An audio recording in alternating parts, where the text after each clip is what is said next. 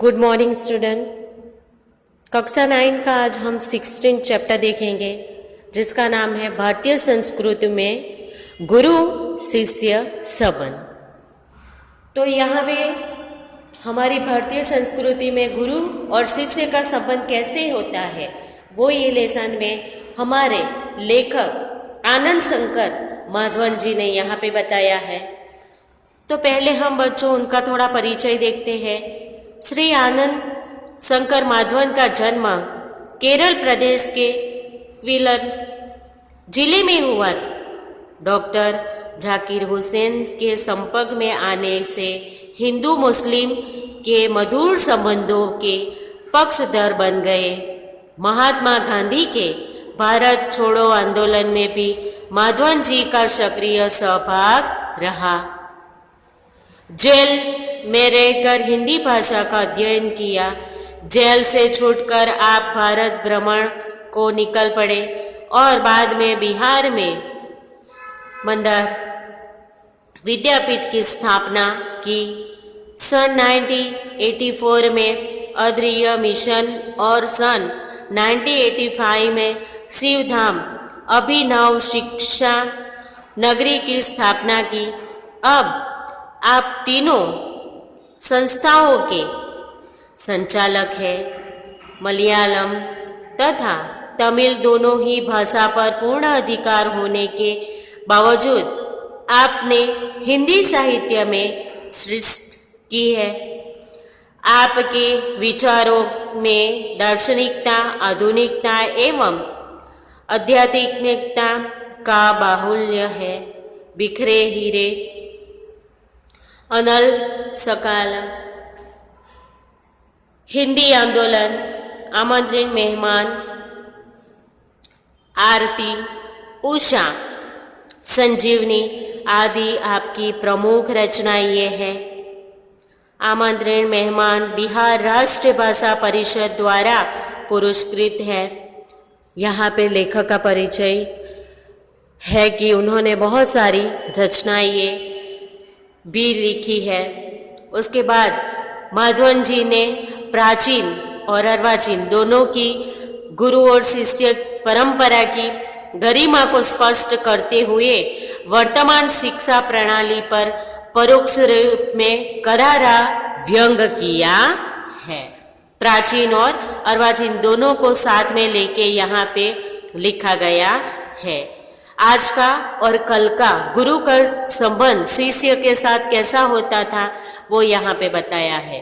हमारे समाज में व्यावसायिक संस्कृति का बोलाबाला है। इस कारण गुरु शिष्य संबंधों में परिवर्तन आया है। पहले विद्यालय मंदिर के समान माने जाते थे। शिक्षा देने पर आध्यात्मिक अनुष्ठान था।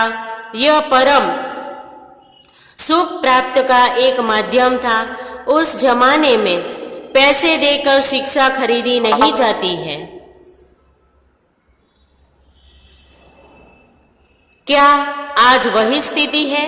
क्या आज शिक्षा के क्षेत्र में वही निष्ठा, वही त्याग नजर आता है? लेखक ने हमें अंतर्मुख होकर सोचने के लिए बाध्य किया है। आज की परिस्थिति लेखक ने हमें समझाया है कि आज की शिक्षा वही निष्ठा और त्याग भरी है? नहीं, आज की ऐसी नहीं है। तो वो ही हमें सब कुछ ये लेसन में जानना है। तो बच्चों चलो देखते हैं लेसन। हमारे समाज में व्यावसायिक संस्कृति का बोलाबाला है। इसी कारण गुरु शिष्य संबंधों में परिवर्तन आया है। पहले विद्यालय मंदिर के समान माने जाते थे। शिक्षा देना एक आध्यात्मिक अनुष्ठान था। वह परमेश्वर प्राप्ति का एक माध्यम था। पर पैसे देकर शिक्षा खरीदी नहीं जाती थी। आज स्थिति बिल्कुल बदल गई है और अब शिक्षण कार्य पेट पालने का साधन बन गया है, जिसे भारतीय संस्कृति कहा जाना चाहिए। वह आज भारतीय मानसिक क्षितिज के क्रियाशील नहीं है। आज एक प्रकार की अव्यवस्थित व्यावसायिक संस्कृति प्राप्त है जिसकी जड़ शायद यूरोप में है। भारतीयों के सार्वजनिक व्यवहार में गुरु शिष्य संबंध का भी तदनुरूप परिवर्तन हो गया है। यहाँ गुरु वेतन भोगी नहीं होते हैं और न शिष्य को ही शुल्क देना पड़ता था। पैसे देकर विद्या खरीदने की यह क्रय विक्रय पद्धति निसंदेह उस भारतीय मिट्टी का उपज नहीं है। शिक्षणालय एक प्रकार के आश्रम अथवा मंदिर के समान थे। गुरु को साक्षात परमेश्वर की समझना जाता था। शिष्य पुत्र के अधिक प्रिय होते थे। पहले के जमाने क्या था? शिष्य अपने पुत्र से भी अधिक प्रिय माने जाते थे। यहाँ सम्मान मिलना ही शक्ति पाने का रहस्य है। प्राचीन काल में गुरु को शिक्षादान क्रिया उनका आध्यात्मिक अनुष्ठान थे।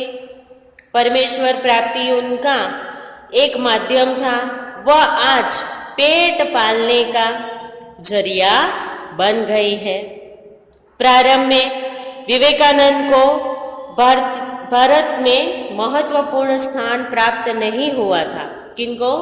स्वामी विवेकानंद को पहले उनको भारत में महत्वपूर्ण स्थान प्राप्त नहीं हुआ था। जब उन्होंने अमेरिकन नाम कमा लिया तो भारतवासी दौड़े मालाएं लेकर स्वागत करने। रविंद्रनाथ ठाकुर को भी नोबेल पुरस्कार मिला। बराबर, विवेकानंद अमेरिका में नाम कमाया, ठाकुर जी ने नोबेल पुरस्कार मिला। तब बंगाली लोग उसको दौड़े और उन्हीं के स्वर में बोले, राग अदापली हुए अमादेर ठाकुर अमादेर कठोर सुपुत्र। ऐसे बंगाली में ही वाक्य बोल के उनका स्वागत किया गया। दक्षिण भारत में कुछ समय पहले तक भरतनाट्यम और कथक कली को नहीं पूछता था, पर जब उसे विदेशों में माल मिलने लगा तो आश्चर्य से भारतवासी सोचने लगे, अरे हमारी संस्कृति में इतनी अपूर्व चीज भी पड़ी थी क्या? वो हम अपने भारत देश में कौन से ऐसे महान व्यक्ति है, ये वस्तु हम कभी सोचते ही नहीं। उसके बाद बाहर के देश वाले उसको जो मान सम्मान देते हैं, उसके बाद हमें पता चलता है कि क्या हमारे यहाँ पे भी ऐसी कुछ है। ऐसा ही यहाँ पे भी हुआ। यहाँ के लोग को अपनी खूबसूरती नहीं नजर आती, मगर परोए के सौंदर्य को देखकर मोहित हो जाते हैं। जिस देश में ज्ञान पाने के लिए मैथ्यू म्यूलर ने जीवन भर प्रार्थना की, उस देश के निवासी आज जर्मनी और विलायत जाना स्वर्ग जाने जैसा अनुभव करते हैं। ऐसे लोगों को प्राचीन गुरु शिष्य संबंध की महिमा सुनाना गधे को गणित सिखाने जैसा व्यर्थ प्रयास ही हो सकता है। एक बार सुप्रसिद्ध भारतीय पहलवान गामा मुंबई आए। एक उदाहरण दिया है। उन्होंने विश्व के सारे पहलवानों को कुश्ती में चैलेंज दिया। अखबारों में यह समाचार प्रकाशित होते ही एक पारसी पत्रकार ने उत्सुकतावश उसके निकट पहुंचकर उसने पूछा, साहब विश्व के किसी भी पहलवान से लड़ने के लिए आप तैयार हैं? तो आप अपने अमुक शिष्य से ही लड़कर विजय प्राप्त करके दिखाओ। गामा आजकल के शिक्षा क्रम में रंगे नहीं थे। बराबर, गामा आजकल के शिक्षा रंग में रंगे नहीं थे। उन्होंने क्या बोला देखो, इसीलिए उन्हें इस शब्द को हैरान कर दिया। आंखें फाड़कर उस पत्रकार का चेहरा ताकते ही रह गए। बाद में धीरे से कहा, भाई साहब मैं हिंदुस्तानी हूं, हमारा अपना एक निजी रहन सहन है, शायद इससे आप परिचित नहीं हैं। जिस लड़के का आपने नाम लिया, बच्चों नेक्स्ट पेज,